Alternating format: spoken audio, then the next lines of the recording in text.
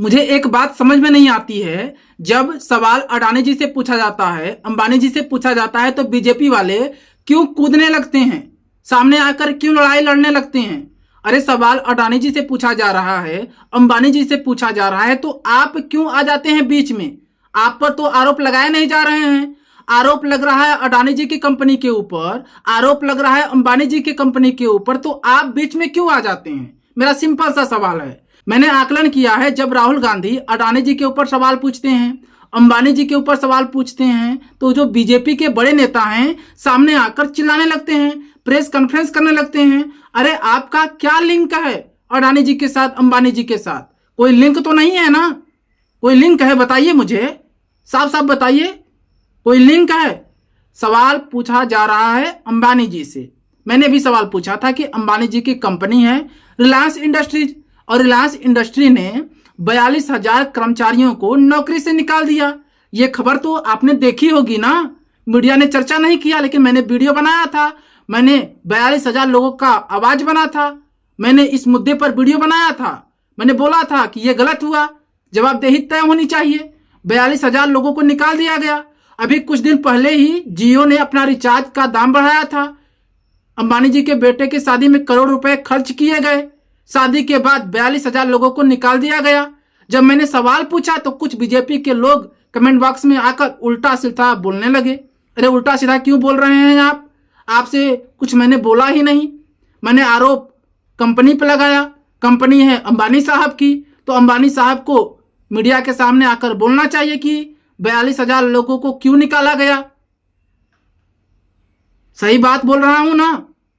राहुल गांधी आरोप लगाते हैं अडानी जी के ऊपर, तो बीजेपी के लोग प्रेस कॉन्फ्रेंस क्यों करते हैं।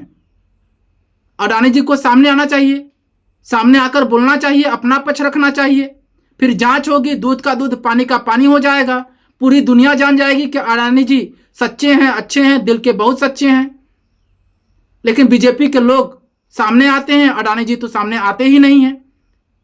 रिलायंस इंडस्ट्री ने 42,000 लोगों को निकाल दिया, जवाबदेही तय होनी चाहिए। मैं आज भी उस बात पर कायम हूं। और मैं थैंक यू बोलना चाहूंगा शादी.com के जो फाउंडर हैं अनुपम मित्तल, उनको मैं थैंक यू बोलना चाहूंगा, क्योंकि उन्होंने आवाज उठाया कि इस पर बात होनी चाहिए। कैसे 42,000 लोगों को निकाल दिया गया। आप भी सोचो, 42,000 लोगों को निकाल दिया गया। और मैंने देखा है जब भी राहुल गांधी सवाल पूछते हैं, सवाल उठाते हैं, आरोप लगाते हैं अडानी जी के ऊपर, अंबानी जी के ऊपर, तो बीजेपी के लोग चिल्लाने लगते हैं। सवाल छोड़िए, राहुल गांधी अगर नाम ले लेते हैं अडानी जी का, अंबानी जी का, तो ये जो बीजेपी के लोग हैं ना, परेशान हो जाते हैं, कूदने लगते हैं। ये तो गलत है ना।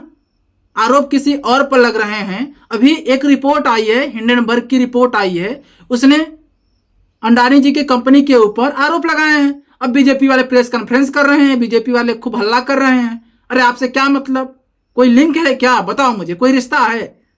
समझने वाली बात है कि अरे बड़ी कंपनी है, 42,000 कर्मचारियों को निकाल दिया है, तो उस पर आवाज उठनी चाहिए। कंपनी बताए कि क्यों निकाला है। वैसे ही देश में इतनी ज्यादा बेरोजगारी है, इतनी ज्यादा बेरोजगारी है, पढ़ाई लिखाई करने के बाद नौकरी नहीं मिल रही है, युवा डिप्रेशन में जा रहा है, मनोबल गिर रहा है। और ये खबर सुनने के बाद हजारों युवा परेशान हो गए होंगे। लोगों को डर लग रहा है कि उनका जीवन कैसे चलेगा। प्लीज जो गलत है उस पर आवाज उठाइए। मिलते हैं नई वीडियो में, तब तक के लिए जय हिंद, वंदे मातरम।